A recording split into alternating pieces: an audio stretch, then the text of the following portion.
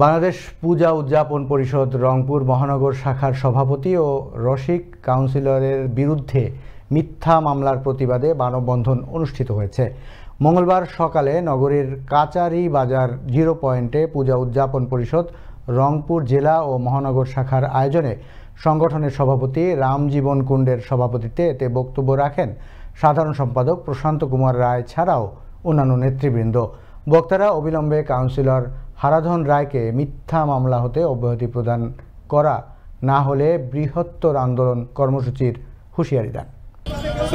সভাপতি বাবু হারাধন রায়, উনি 4 নম্বর ওয়ার্ডের পরপর কাউন্সিলর, তার নামে যে মিথ্যা মামলা হয়েছে এরই প্রতিবাদে আমরা আজকে মানববন্ধনে দাঁড়িয়েছি। উনি পরপর 3 বার কাউন্সিলর হয়েছে তার ব্যবহারের কারণে। কেন তাকে এইভাবে মিথ্যা আচরণ করা হবে? দাদা জনগণকে ভালোবাসে, আমরাও দাদাকে ভালোবাসি। আমরা চাই দাদাকে এই মিথ্যা মামলা থেকে মুক্ত করে দেওয়া হোক।